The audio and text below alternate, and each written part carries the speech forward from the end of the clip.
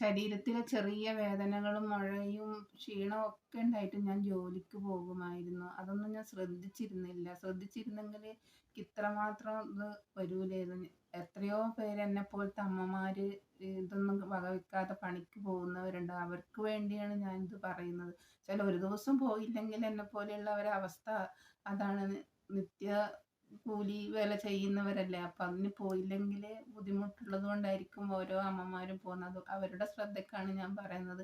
ഇങ്ങനെ എന്തെങ്കിലും കാണുകയാണെങ്കിൽ നിങ്ങൾ ശരീരം നോക്കണം. ശരീരം നോക്കാതെ പോയിക്കഴിഞ്ഞാൽ നമ്മുടെ എല്ലാം നഷ്ടപ്പെട്ടു പോകും. പിന്നെ നമുക്കൊന്നിനും കഴിയാതെ വരും. അതുകൊണ്ട് ആണ് ഞാനിത് പറയുന്നത്. എല്ലാവരും എന്നെ സപ്പോർട്ട് ചെയ്യുക. ശരീരത്തിലെ ചെറിയ വേദനകളും മുഴയും ക്ഷീണവും ഒക്കെ ഉണ്ടായിട്ട് ഞാൻ ജോലിക്ക് പോകുമായിരുന്നു. അതൊന്നും ഞാൻ ശ്രദ്ധിച്ചിരുന്നില്ല. ശ്രദ്ധിച്ചിരുന്നെങ്കിൽ ഇത്രമാത്രം ഇത് വരൂലായിരുന്നു. എത്രയോ പേര് എന്നെപ്പോലത്തെ അമ്മമാര് ഇതൊന്നും വകവെക്കാതെ പണിക്ക് പോകുന്നവരുണ്ട്. അവർക്ക് വേണ്ടിയാണ് ഞാനിത് പറയുന്നത്. ഒരു ദിവസം പോയില്ലെങ്കിൽ എന്നെപ്പോലെയുള്ളവരുടെ അവസ്ഥ അതാണ്. നിത്യ കൂലി വേല ചെയ്യുന്നവരല്ലേ. അപ്പം അതിന് പോയില്ലെങ്കിൽ ബുദ്ധിമുട്ടുള്ളത് കൊണ്ടായിരിക്കും ഓരോ അമ്മമാരും പോകുന്നത്. അവരുടെ ശ്രദ്ധയ്ക്കാണ് ഞാൻ പറയുന്നത്.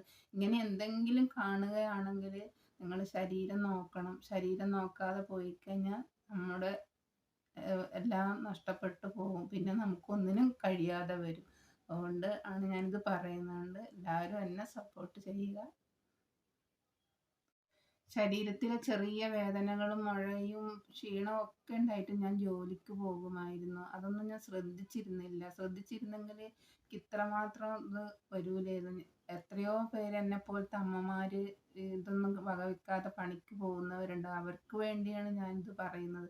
ഒരു ദിവസം പോയില്ലെങ്കിൽ എന്നെപ്പോലെയുള്ളവരുടെ അവസ്ഥ അതാണ്.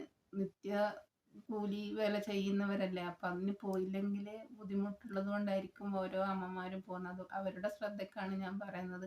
ഇങ്ങനെ എന്തെങ്കിലും കാണുകയാണെങ്കിൽ നിങ്ങൾ ശരീരം നോക്കണം. ശരീരം നോക്കാതെ പോയിക്കഴിഞ്ഞാൽ നമ്മുടെ എല്ലാം നഷ്ടപ്പെട്ടു പോകും. പിന്നെ നമുക്കൊന്നിനും കഴിയാതെ വരും.